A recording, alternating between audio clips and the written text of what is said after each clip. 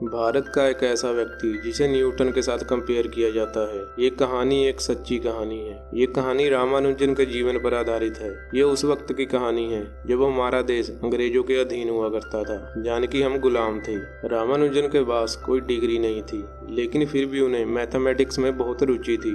वो मंदिर में जाकर वहाँ के फर्श पर मैथमेटिक्स के सवाल सॉल्व करते रहते थे। रामानुजन बहुत गरीब परिवार से थे, क्योंकि वो शादीशुदा थे तो उन्हें पैसों की बहुत जरूरत थी। इसलिए वो नौकरी की तलाश में एक अंग्रेज के पास जाते हैं और अपनी मैथमेटिक्स की रिसर्च उन्हें दिखाते हैं। अंग्रेज ये सब देखकर बहुत हैरान हो जाता है और रामानुजन को कहता है, हम तुम्हें इसका रिकमेंडेशन देंगे। तो रामानुजन कहता है, मेरी शादी हो चुकी है और मेरे पास रिकमेंडेशन है, मुझे नौकरी की जरूरत है। और ये सब सुनकर वो अंग्रेज रामानुजन की इंसल्ट कर देता है और उसे वहाँ से भगा देता है। रामानुजन के पास कोई डिग्री ना होने के कारण उन्हें कोई भी नौकरी देना नहीं चाहता और यहाँ तक कि वो शादीशुदा होने के बावजूद भी उन्हें गरीबी की वजह से अपने दोस्त के साथ रहना पड़ता है। अब रामानुजन अगले दिन एक और जगह पर जाता है और वहाँ पर वो अपनी मैथमेटिकल रिसर्च एक आदमी को दिखाता है जिसका नाम नारायण होता है। नारायण रामानुजन की रिसर्च को देखकर बहुत हैरान और खुश हो जाता है और रामानुजन को सर फ्रांसिस से मिलाने ले जाता है। नारायण सर फ्रांसिस के पास काम करता है। सर फ्रांसिस रामानुजन के कपड़ों और हालात को देखकर उसे वहाँ से जाने के लिए कहता है, लेकिन तभी रामानुजन कहता है कि मैं मैथ में बहुत अच्छा हूँ और अभी मैं आपको सिर्फ एक कांच का टुकड़ा लग रहा हूँ, लेकिन बहुत जल्द आपको पता चल जाएगा कि मैं कांच का टुकड़ा नहीं बल्कि एक हीरा हूँ। रामानुजन ऐसी बात इसलिए कह रहा होता है क्योंकि उसे अपने कैलकुलेशन पर और अपने मैथमेटिक्स पर और अपने आप पर बहुत ज्यादा विश्वास होता है। और इसके बाद रामानुजन को नौकरी मिल जाती है और अब वो अपनी माँ और अपनी बीवी के लिए एक घर किराए पर लेता है ताकि वो सब साथ में रह सके। और वो साथ में रहने लगते हैं। उस घर में सिर्फ एक बेड होता है और रामानुजन अपनी पत्नी को कहता है कि मैं जमीन पर सो जाऊंगा, मुझे उसकी आदत है, तुम बेड पर सो जाना। और इसके बाद रामानुजन अगले दिन काम पर चला जाता है। काम पर रामानुजन कैलकुलेशन करने के लिए एबेकस का इस्तेमाल नहीं करता। एबेकस एक पुराने समय का कैलकुलेटर होता है। जब नारायण रामानुजन को पूछते हैं कि तुम इसका इस्तेमाल क्यों नहीं करते, तब वो कहते हैं कि इससे तेज मैं अपने दिमाग से कैलकुलेशन कर लेता हूँ। इस बात पर नारायण काफी इंप्रेस होते हैं, लेकिन वो रामानुजन को कहते हैं कि जब सर फ्रांसिस यहाँ पर आएंगे तब कम से कम इसे इस्तेमाल करने का बहाना कर लेना ताकि उन्हें लगे कि तुम इसका इस्तेमाल करते हो। कुछ टाइम काम करने के बाद सर फ्रांसिस को पता चल जाता है कि रामानुजन एक माइलस्टोन है, यह बहुत ही टैलेंटेड है। और वो रामानुजन से कहते हैं कि मैं तुम्हारे काम के बारे में इंडिया के बाहर किसी के सामने इंट्रोड्यूस करूंगा।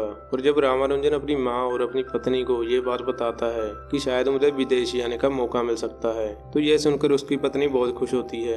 लेकिन उसकी माँ कहती है, ऐसा नहीं हो सकता, हम ब्राह्मण हैं और हम समंदर के पार नहीं जा सकते। लेकिन रामानुजन के साथ काम करने वाले नारायण उन्हें बोलते हैं कि तुम्हारा काम तुम्हारे साथ ही मरना नहीं चाहिए, तुम्हें इसे पब्लिश करना चाहिए। तो रामानुजन अपने काम की एक कॉपी जी हार्डी को भेजता है, जो यूनिवर्सिटी ऑफ कैम्ब्रिज में एक फेमस मैथमेटिक्स है। जी हार्डी को रामानुजन का काम इतना पसंद आता है कि वो रामानुजन को इंग्लैंड बुला लेता है। और जब रामानुजन यह बात अपनी पत्नी को बताता है तो उसकी पत्नी कहती है कि ये हमें मना है, हम समंदर पार नहीं कर सकते और अगर हमने ऐसा किया तो हमारे बच्चों से कोई शादी नहीं करेगा, हमसे कोई बात नहीं करेगा। इस बात पर रामानुजन कहता है, मुझसे कोई बात ना करे, इससे मुझे कोई फर्क नहीं पड़ता, लेकिन तुम मुझसे बात करना।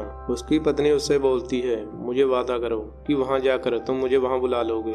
रामानुजन कहता है ठीक है। और अब रामानुजन को अपने बाल और अपनी चोटी कटवानी है और वो अपनी पत्नी को कहता है कि मेरी चोटी काट दो। हालांकि आज यह बहुत आम बात है, लेकिन 20वीं शताब्दी की शुरुआत में ब्राह्मण अपने बाल और अपनी चोटी को नहीं कटवा सकते थे। लेकिन रामानुजन अपनी पत्नी को कहता है कि इसे काट दो और उसकी पत्नी उसके बालों को काट देती है। और जब रामानुजन के कटे हुए बाल उसकी माँ देखती है तो बहुत दुखी होती है, क्योंकि एक ब्राह्मण के बाल कटना मतलब पूरे समाज में उनकी बदनामी होगी। लेकिन फिर भी रामानुजन की माँ उसका साथ देती है। और जब रामानुजन इंग्लैंड जा रहा होता है तब उसकी माँ उसे कहती है कि कभी भी अपनी प्रार्थनाओं को मत भूलना और अपने खाने को अशुद्ध मत होने देना, यानी कि कभी भी नॉन वेज मत खाना। और इसके बाद रामानुजन अपनी पत्नी और अपनी माँ को अलविदा कहता है। वो रामानुजन हिंदुस्तान के एक शहर मद्रास से इंग्लैंड की इतनी बड़ी यूनिवर्सिटी यानी कि यूनिवर्सिटी ऑफ कैम्ब्रिज में पहुंच जाता है। यहाँ पर इस दुनिया का हर एक स्टूडेंट पढ़ना चाहता है। वहीं दूसरी तरफ कैम्ब्रिज यूनिवर्सिटी में G.H. हार्डी के रामानुजन को यहाँ पर बुलाने के इस फैसले के साथ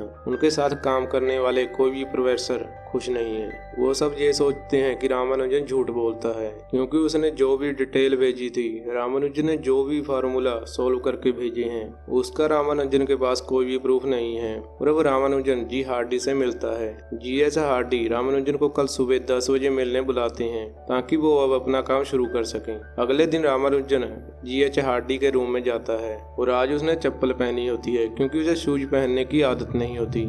और अब यहाँ पर लिटिलवुड भी आ जाता है। Littlewood G.H. हार्डी के साथ काम करता है। अब G.H. हार्डी रामानुजन को कहता है कि अब तुम्हें कुछ लेक्चर अटेंड करने होंगे, क्योंकि जो भी तुम्हारी थ्योरीज है हमें उसे प्रूव करना होगा ताकि इस काम को दुनिया तक पहुँचाया जा सके और आसान भाषा में ये सब कुछ समझा जा सके।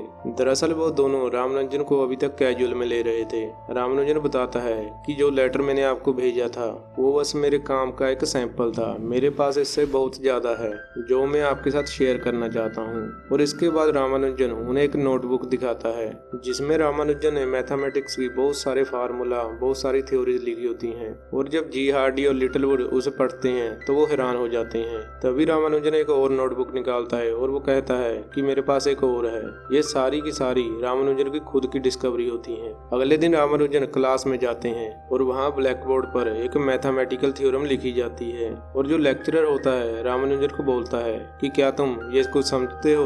तो रामानुजन कहता है हाँ मैं सब समझता हूँ। तो लेक्चरर कहता है कि तुमने कोई नोट्स नहीं लिए और अगर तुम इसे समझते हो तो इसे सॉल्व करके दिखाओ। और रामानुजन कुछ ही पलों में उसे थ्योरम को सॉल्व कर देता है। लेक्चरर कहता है कि तुमने ये कैसे किया जबकि मैंने थ्योरम का प्रूफ भी कंप्लीट नहीं किया था, तुम्हें सब कुछ कैसे पता?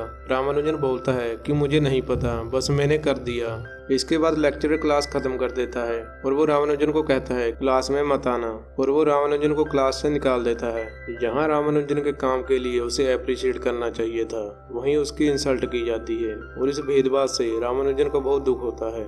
और जब रामानुजन G.H. हार्डी के पास जाता है तो G.H. हार्डी उसे पूछता है कि उस थ्योरम का जवाब तुम्हें कैसे पता चला जो लेक्चरर ने ब्लैक बोर्ड पर लिखी थी। रामानुजन कहता है कि वो थ्योरम अपने आप मेरे दिमाग में आ गई, मुझे कुछ नहीं पता ये कैसे हुआ। रामानुजन G.H. हार्डी को कहता है कि मुझे समझ नहीं आता कि हम प्रूफ ढूंढने के लिए अपना टाइम वेस्ट क्यों कर रहे हैं, मेरे पास फार्मूलास हैं। तो G.H. हार्डी कहता है कि मैं तुम्हारे सारे काम को देख सकता हूँ और मुझे उसकी वैल्यू पता है, लेकिन उसे समझने के लिए और जाने के लिए हमें प्रूफ की जरूरत है। इसके बाद G.H. हार्डी रामानुजन को लाइब्रेरी में ले जाते हैं और वहाँ पर न्यूटन की एक किताब रखी होती है और वो रामानुजन को समझाते हैं कि न्यूटन की किताब हमारा मार्गदर्शन करती है, क्योंकि इस किताब में लिखी हुई हर एक चीज का प्रूफ है, वो भी डिटेल के साथ, जबकि तुम्हारी बुक्स की कोई डिटेल्स नहीं है, कोई प्रूफ नहीं है। और जो भी तुमने डिस्कवरी की है उसका प्रूफ चाहिए और उसकी डिटेल्स चाहिए, और अगर तुमने उसकी डिटेल्स लिख ली तो मुझे विश्वास है कि एक दिन तुम्हारी किताब भी इसी जगह पर रखी जाएगी। दरअसल प्रूफ का मतलब ये होता है कि जैसे कि रामानुजन ने कोई थ्योरम को सुलझाया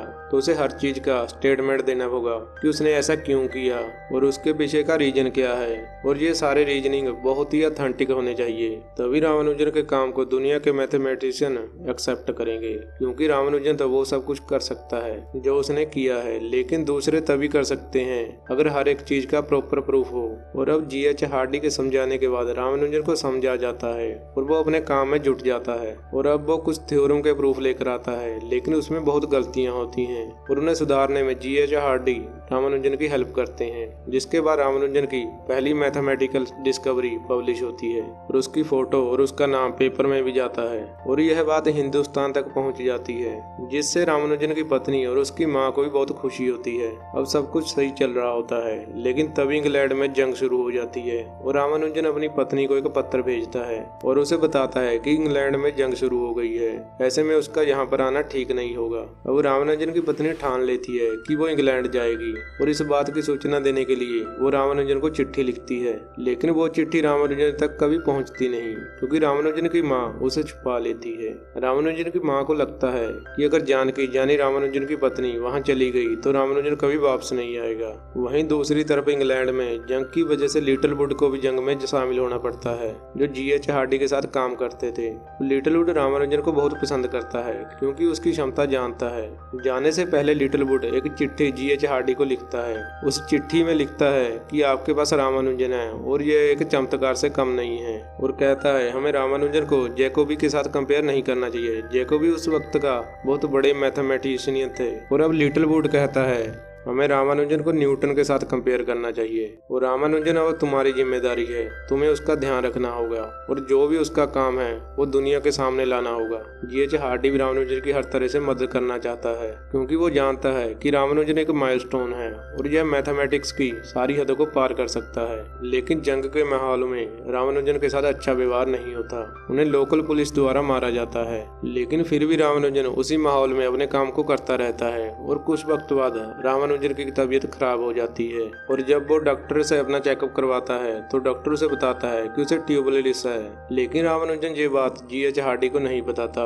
और अब साथ ही साथ GH हार्डी ने रामानुजन के लिए रॉयल सोसाइटी के मेंबर बनने के लिए एक अपील की थी, वो खारिज हो जाती है। और अब रामानुजन चारों तरफ से परेशानियों से घिर चुका है, उसकी तबीयत खराब होती है, उसकी अपील खारिज हो जाती है, उसकी पत्नी का उससे कोई कनेक्ट नहीं है। और इतना सब हो जाने के बाद रामानुजन डिप्रेशन में आ जाता है और वो रेलवे स्टेशन पर जाकर ट्रेन के आगे कूद जाता है। लेकिन इससे पहले कि वो ट्रेन के नीचे आता, ट्रेन को रोक दिया जाता है। इसके बाद रामानुजन को हॉस्पिटल में भर्ती कर दिया जाता है और वहाँ पर उसे देखने GH हार्डी भी आते हैं। और जब GH हार्डी को पता चलता है कि रामानुजन को ट्यूबरकुलोसिस है और वो ज्यादा दिन जिंदा नहीं रह सकता, डॉक्टर GH हार्डी को बताता है कि रामानुजन को अगर कोई बचा सकता है तो वो प्रार्थना है, इसके अलावा इसका कोई इलाज नहीं है। वहीं GH हार्डी को यह बिल्कुल नहीं पता होता कि रामानुजन की जिंदगी में इतनी सारी मुसीबतें चल रही हैं। वो रामानुजन को कहते हैं कि अगर तुमने मुझे ये बात पहले बताई होती तो मैं तुम्हारी कुछ मदद कर पाता।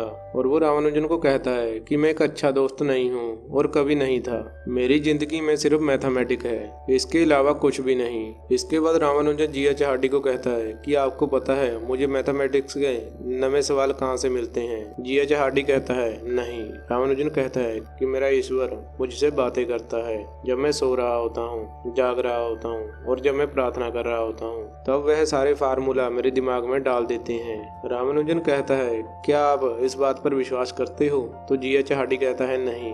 GH हार्डी बोलता है कि मैं गॉड पर विश्वास नहीं करता और मैं ऐसी किसी भी चीज पर विश्वास नहीं करता जिसे मैं प्रूफ ना कर पाऊँ, लेकिन मुझे तुम पर विश्वास है। और रामानुजन उन्हें थैंक्स कहता है और वो कहता है कि मैं जल्द से जल्द अपने काम को खत्म करना चाहता हूँ जो मैंने शुरू किया था। उसके बाद वो अपने देश अपने घर वापस जाना चाहता है। रामानुजन मिस्टर हार्डी को कहता है कि आप मुझे एक वादा कीजिए कि चाहे मैं कहीं भी मरूं, आप मुझे मेरे वापस घर लेकर जाओगे। GH हार्डी कहता है तुम इतनी जल्दी मरने वाले नहीं हो।